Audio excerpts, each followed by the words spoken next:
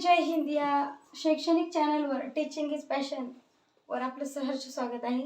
तर आज आपण समतापी व विषमतापी प्राणी म्हणजेच वार्म ब्लडेड आणि कोल्ड ब्लडेड आपण याच्यापूर्वी हृदय बघितलं, हृदयाचे पार्ट्स बघितले, त्याच्यानंतर हृदयानंतर आपण ब्लड सर्क्युलेशन बघितलं, म्हणजे रक्ताचं जे काही वाहन आहे किंवा रक्त कोणत्या पद्धतीने बॉडीमध्ये शरीरामध्ये वाहण्याचा क्रम बघितला। शुद्ध रक्त अशुद्ध रक्त बघितलं आपण की कोणत्या व्हेंट्रिकलमध्ये अशुद्ध रक्त असतं, कोणत्या व्हेंट्रिकलमध्ये शुद्ध असतं। उजवी बाजू पूर्ण अशुद्ध रक्ताची असते आणि डावी बाजू पूर्ण शुद्ध रक्ताची असते। तुम्ही तुमच्या अवयवावरून लक्षात ठेवा, उजव्या बाजूने पूर्ण अशुद्ध रक्त आहे, डाव्या बाजूने पूर्ण शुद्ध रक्त आहे। तत्पूर्वी तुम्ही जर चॅनलवर आपल्या नवीन असाल तर चॅनलला लाईक शेअर आणि सबस्क्राईब करा, म्हणजे पुढचे जे नवीन व्हिडिओ आहेत ते तुमच्यापर्यंत पोहोचतील। तसेच TIT आता जे काही व्हिडिओ आहे तिथून पुढे येणार आहेत बघा। TITवर काय विचारलं जाणार, TITचे कशा पद्धतीने TITवर प्रश्न विचारलेले आहेत, TITमध्ये काय विचारलं जाणार, TITमध्ये कोणत्या पद्धतीचे शिक्षण मानसशास्त्र, शिक्षकाचं मानसशास्त्र, विद्यार्थ्यांचं मानसशास्त्र, विशिष्ट वयातील मुलांचे मानसशास्त्र याचा अभ्यास करायचा आहे। तसेच काही जे आजार आहेत मेंटल आजार आहेत काही तेही आपल्याला बघायचे आहेत। तत्पूर्वी तुम्ही जर त्या चॅनलला आपले नवीन असाल तर नक्की जाऊन सबस्क्राईब करा।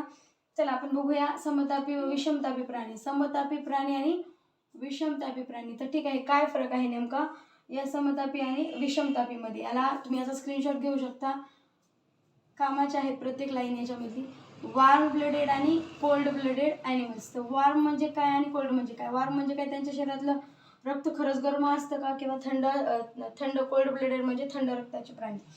तर नेमकं काय असतं तर आपण सगळ्यात पहिले वार्म ब्लडेड किंवा गरम उष्ण रक्तीय प्राणी पाहूया काय असतात तर, किंवा त्यांच्यामध्ये काय वैशिष्ट्ये असतात, त्यांच्यामध्ये काय प्रॉब्लेम्स असतात।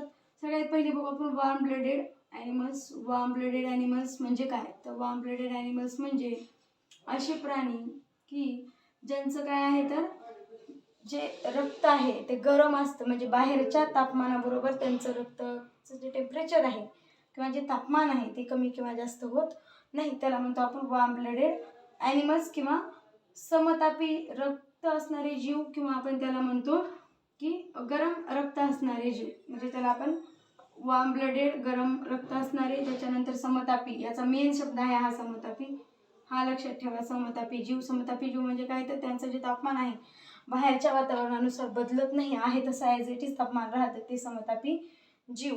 फॉर एक्झाम्पल आता थंडीच्या दिवसामध्ये बाहेरचं तापमान खूप थंड झालेलं असतं, 14-15 डिग्री सेल्सिअस पर्यंत कमी होतं, मग याचा अर्थ आतमधलं जर तापमान कमी झालं तर काय होतं, लगेच ते माणूस थंड पडून जातं, त्याचं ब्लड सर्क्युलेशन थांबून जातं।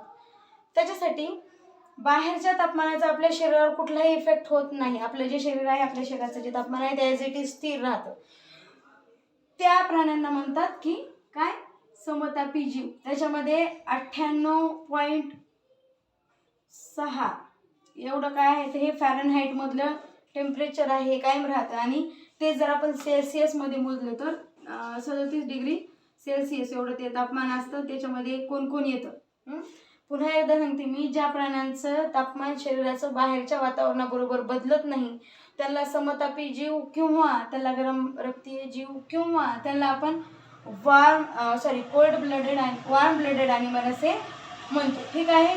आणि इथे हे कोल्ड ब्लडेड ॲनिमल आहे, हे कोल्ड ब्लडेड आहेत, ओके, हां, हे कोल्ड ब्लडेड ॲनिमल आहे। त्याच्यानंतर यांचा जो आहार आहे तो खूप असतो, म्हणजे भरपूर जेवायला किंवा खायला, किंवा यांचं जे खाणं आहे ते भरपूर असतं, म्हणजे बघा आपण भरपूर आहार घेतो दिवसभराचा, तसे त्याच्यामध्ये सगळे स्तनधारी प्राणी येतात, म्हणजे जे प्राणी आपल्या पिल्लांना दूध पाजतात त्यांना आपण स्तनधारी प्राणी म्हणतो। हे सर्व स्तनधारी प्राणी कशामध्ये येतात, या वार्म ब्लडेडमध्ये येतात, याला समतापी जीव आपण असंही म्हणतो, गरम रक्तीय प्राणी समतापी जीव। आणि यांचं तापमान असतं 98 डिग्री सेल्सिअस, स्थिर राहतं, याच्यापेक्षा जास्तही होत नाही कमी होत नाही, जास्त झालं तर ताप येतो, साहजिक आहे, याच्यापेक्षा तापमान जास्त झालं तर ताप येतो, कमी झालं तर थंडी वाजते, मग थंडी वाजते याचा अर्थ तापमान कमी होतं। तर तुम्ही ताप आलेल्या व्यक्तीला बघा, सगळ्यात पहिले त्याला ताप येते, ताप आल्यानंतर ताप उतरल्यानंतर, किंवा आपण म्हणतो ताप विसरल्यानंतर, ताप कमी झाल्यानंतर त्याला थंडी वाजते, पहिले त्याला खूप थंडी वाजते आणि तापही येतो, आणि ताप आल्यानंतर खूप सारा घाम येतो त्याला, आणि मग ते जेव्हा गोळी देतो एखाद्या व्यक्तीला आपण, ताप आलेल्या पेशंटला, त्याला गोळी दिल्यानंतर त्याच्या शरीराचं टेम्परेचर तापमान काय होतं तर काही काळानंतर त्याला खूप घाम येतो आणि त्याचं टेम्परेचर कमी होतो। घाम येतो म्हणजे काय, त्याची उष्णता त्याच्यातून निघून जाते, घामाच्या माध्यमातून निघून जाते. जेव्हा आपलं पाणी उकळलेलं पाणी बघितलं तुम्ही, गरम झालेल्या पाण्याला काय होतं तर त्याची वाफ बनवून निघून जाते. तशा पद्धतीने जेवढं काही टेम्परेचर एक्स्ट्रा आहे, गरम झालेलं तापमान आहे तेवढं निघून जातं. इथपर्यंत बॅलन्स होईपर्यंत टेम्परेचर काय होतं तर उष्णता निघून जाते आणि घाम येतो खूप त्या व्यक्तीला. त्याच्यानंतर त्याचं शरीर थंड होतं. याला म्हणतो आपण काय, वॉर्म ब्लडेड प्राणी किंवा त्याच्यामध्ये समतापी जीव. ठीक आहे. म्हणजे ताप येतो का, तर ताप येण्यामागचं तेच कारण आहे की ताप आल्यानंतर शरीराचं तापमान 98चं 100 झालेलं असतं. कधी कधी 100 झालेलं असते तापमान. आणि मग अशा परिस्थितीत अशा व्यक्तीला खूप ताप येतो. कधी कधी हा ताप फार 120 110 पण जातो. 110 120 जातो हा ताप. आणि असा ताप जर हा हाय रिस्की ताप असतो, कधी कधी मेंदूपर्यंत ह्या तापाची तीव्रता जाते आणि अशा व्यक्तींना मग मेंदूचा अटॅक येतो आणि बरेचसे वेळेस तर ते काम तमाम होऊन जातं त्यांचं. हां, खुदा को प्यारी हो जाते असं म्हणायला हरकत नाही. ठीक आहे. तर हे होतं आपलं टेम्परेचर. आता याच्यामध्ये नेमकं कोण येतं तर सर्व स्तनधारी प्राणी, म्हणजे जे आपल्या पिल्लांना दूध पाजतात ते सर्व प्राणी. त्याच्यामध्ये माकड असेल, त्याच्यामध्ये कुत्रा असेल, त्याच्यामध्ये डुक्कर असेल, त्याच्यामध्ये मानव असेल, त्याच्यामध्ये शेळी असेल, गाय असेल, म्हैस असेल, जेवढे काही प्राणी आपल्या पिल्लांना दूध पाजतात ते सर्व प्राणी त्याच्यामध्ये आहे.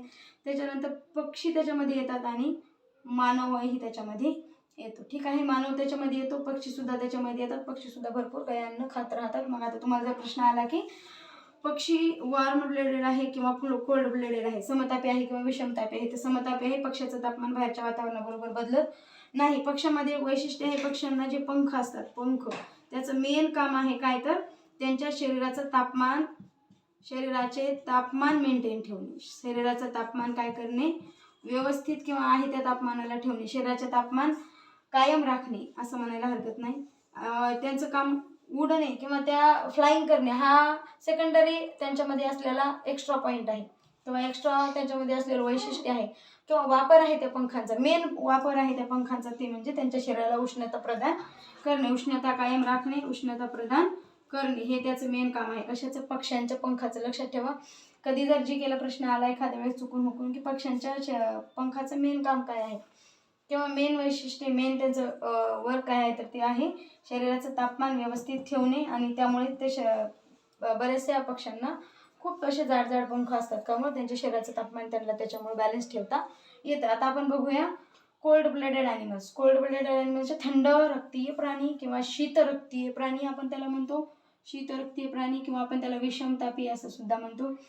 समतापी म्हणजे तापमानात बदल होत नाही बाहेरच्या वातावरणानुसार. बाहेर जरी थंडी पडली तरी त्याला थंडी जाणवते, बाहेरची थंडी जाणवते म्हणून थंडी वाजते, पण आतल्या तापमानात काही बदल होत नाही. आतल्या तापमानात जर बदल झाला तर मग त्याचं काम खराब होऊन जातं किंवा मग थरथर थरथर थंडी वाजायला लागते. जर तापमान कमी झालं तर, जास्त झालं तर भयानक ताप येतो. त्याच्यामुळे आपल्या शरीराचं तापमान कॉन्स्टंट 37 डिग्री सेल्सिअस आहे आणि फॅरनहाईटमध्ये 98.6 डिग्री फॅरनहाईट आहे. ठीक आहे.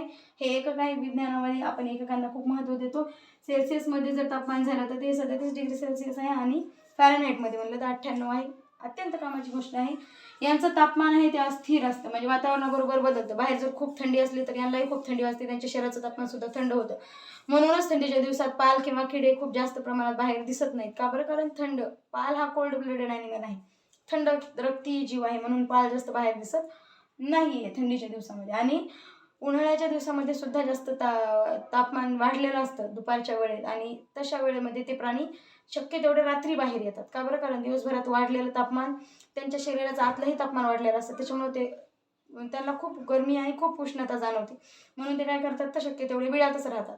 साप असेल, किडा असेल किंवा मग पाल असेल किंवा बेडकी असेल, बेडकीसुद्धा त्याच्यामध्ये उभयचरमध्ये येते, पाण्यामध्येही राहते आणि जमिनीवर राहते. जे जे जीव पाण्यामध्ये आणि जमिनीवर दोन्हीकडे राहतात, पाणी आणि जमीन, पाणी प्लस जमीन दोन्हीकडे जे राहतात त्यांना काय म्हणतो आपण, उभयचर म्हणतो. म्हणजे पाण्यातही राहू शकतात, जमिनीवर राहू शकतात. जशी मगर आहे, पाण्यातही राहते बाहेरही राहते.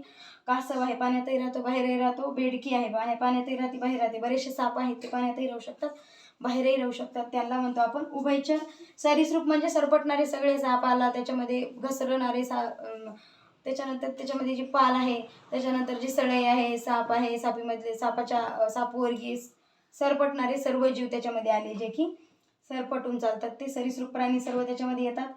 साप असेल, पाल असेल, कीट असतील. कीट म्हणजे जे काही किडे मकोडे आहेत. तुम्ही रात्रीच्या वेळेत उन्हाळ्यामध्ये बघा खूप जास्त प्रमाणात दिवसभर किडे निघत नाही, रात्रीच्याला खूप असे लाईटापाशी एवढे मोठे मोठे किडे जमा होतात. जर ग्रामीण भागातले असताल आपण तर तुम्हाला नक्कीच माहीत असेल की लाईटापाशी खूप सारे किडे जमा होतात.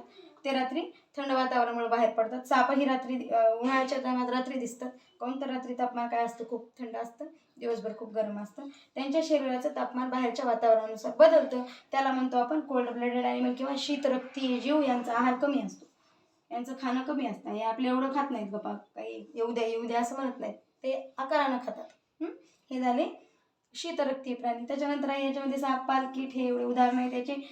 मेन आहे सरीसृप सर्व, त्याच्यामध्ये उभयचर सर्वच. आणि जे प्राणी पाण्यात आणि जमिनीवर दोन्हीकडे राहतात ते उभयचर. परत सांगते, जे प्राणी पाण्यात आणि जमिनीवर राहतात ते उभयचर, जे फक्त पाण्यात राहतात ते जलचर, आणि जे फक्त जमिनीवर राहतात ते काय आहे तर भूचर. फक्त जमिनीवर राहतात. आपण फक्त जमिनीवर राहतो, आपण भूचर आहोत, आपण पृथ्वीवरच राहतो, फक्त पाण्यात राहत नाही. बरेचसे आहेत की ते जम्बलिंग करतात, तिकडे जमतं इकडेही जमतं, असे राहतात. ठीक आहे. पुढं आहे बाहेरच्या वातावरणानुसार त्यांच्या तापमानात खूप बदल होतो, त्याला म्हणतो आपण काय कोल्ड ब्लडेड किंवा शीतरक्तीय प्राणी. 2 गोष्टी पाहिल्या आपण. महत्त्वाचा पॉईंट आहे, याच्यावर एक प्रश्न कधीही कायम बनला जातो. कन्फ्यूज करतात की शीतरक्तीय आणि उष्णरक्तीय प्राणी, किंवा आपल्याला काही प्राण्यांची उदाहरणं दिली जातात, काही कीटकांची उदाहरणे दिलेली जातात त्याच्यामध्ये, किंवा काही एक सरीसृप दिलेला असतो, एक उभयचर दिलेला असतो, एक त्याच्यामध्ये एखादा भूचर दिलेला असतो, आणि मग याच्यापैकी कोणतं रक्तीय प्राणी आहे ते विचारलं जातं. किंवा मग कधी कधी समतापी जीव विचारला जातो. समतापी म्हणजे वातावरणानुसार ज्याच्या शरीरात बदल होत नाही. आता आपण याच्यातला फरक बघू. यांच्यामध्ये बदल होत नाही वातावरणानुसार. समतापीमध्ये यांच्यामध्ये बदल होतो. बाहेर थंडी असेल तर त्यांच्या आतलं तापमान सुद्धा कमी होतं. इकडचं तापमान स्थिर 37 डिग्री सेल्सिअसमध्ये राहतं. फॅरनहाईटमध्ये 98.6 एवढं ते कायम राहतं. त्याच्यापेक्षा जास्त झालं तर ताप येतो, कमी झालं तर थंडी वाजते. त्याच्यानंतर आहे यांचं तापमान अस्थिर राहतं. वातावरणानुसार तापमान ज्यांचं बदलतं ते समतापी नाही, ते विषमतापी झाले. आणि ज्यांचं वातावरणानुसार तापमान बदलत नाही ते समतापी झाले. त्याच्यानंतर यांचा आहार जास्त असतो, यांचा आहार खूप कमी असतो. यांच्यामध्ये स्तनधारी प्राणी सर्व आहेत, जे की आपल्या पिल्लांना दूध पाजतात ते सर्व स्तनधारी प्राणी आहेत. पक्षी, मानवही त्याच्यात येतो. इकडं मात्र काय आहे तर सरीसृप प्राणी, सरपटणारे सर्व प्राणी, उभयचर जे पाण्यात आणि जमिनीवर दोन्हीकडे राहतात ते प्राणी, साप, पाल, कीट ह्याच्यामध्ये उदाहरणं झाली. बाहेरच्या वातावरणानुसार यांचं तापमान बदलतं. यांचं तापमान बाहेरच्या वातावरणानुसार बदलत नाही, कायम राहतं. याच्यामध्ये आपण एक ॲडिशनल पॉईंट बघितलं की पक्ष्यांचं जे तापमान आहे ते तापमान त्यांच्या पंखामुळं कायम राखलं जातं, कमी किंवा जास्त होत नाही. हे होते याच्यातले काही महत्त्वाचे पॉईंट, जे की रक्त ब्लडाशी रिलेटेड आहे. आपल्याला याच्यानंतर ब्लडचे काही ग्रुप बघायचे आहेत. त्याच्यानंतर हृदयावर येणारे प्रश्न बघायचे आहेत. ब्लड बघायचं आपल्याला. ब्लडमध्ये कोणते कोणते कंटेंट असतात. रक्तामध्ये असलेले कंटेंट किंवा त्याच्यामध्ये असलेले पार्ट, त्याच्यामध्ये कोणाचा ब्लड ग्रुप कोणता कशामुळे ठरवला जातो. जर पॅरेंट्सचा ब्लड ग्रुप किंवा आईवडिलांचा ब्लड ग्रुप जर एखादा असेल तर त्यांच्या मुलांचा किंवा पुढच्या पिढीचा ब्लड ग्रुप जनरेशनचा काय असू शकतो, हेही बघायचं आहे. आणि आता महत्त्वाचे आपण एक बाब चालू करतोय, तुमच्याशी चर्चा करू इच्छिते त्या गोष्टीवर. आपण TIT साठी एक बॅच चालू करतोय. त्याच्यावर तुम्ही इंटरेस्टेड असाल तर नक्की कळवा कमेंटमध्ये. तर TIT साठी जे शिक्षक मानसशास्त्र आहे, शिक्षक मानसशास्त्र, विद्यार्थी मानसशास्त्र, शिक्षक प्लस विद्यार्थी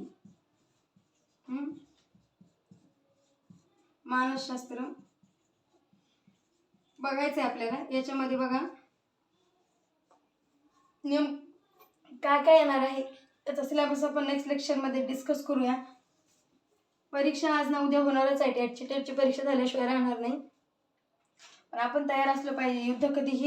युद्ध पातळीवरचं परिस्थिती कधी आपल्यासमोर येऊ शकते. तेव्हा आपले हत्यार काय पाहिजे, तेव्हा आपण ते लावून ठेवलेले पाहिजे आपले हत्यार. कधीही कोणी आला शत्रू तर त्याच्यावर वार करायला. तसं परीक्षेचं काम असतं, आपण कधीही रेडी लागतो. हा जो आपल्याला हा किती मार्कला टेटला आहे, टेटला कमीत कमी 30 मार्काचा हा ॲव्हरेज सरासरी 30 मार्क आहे टेटला.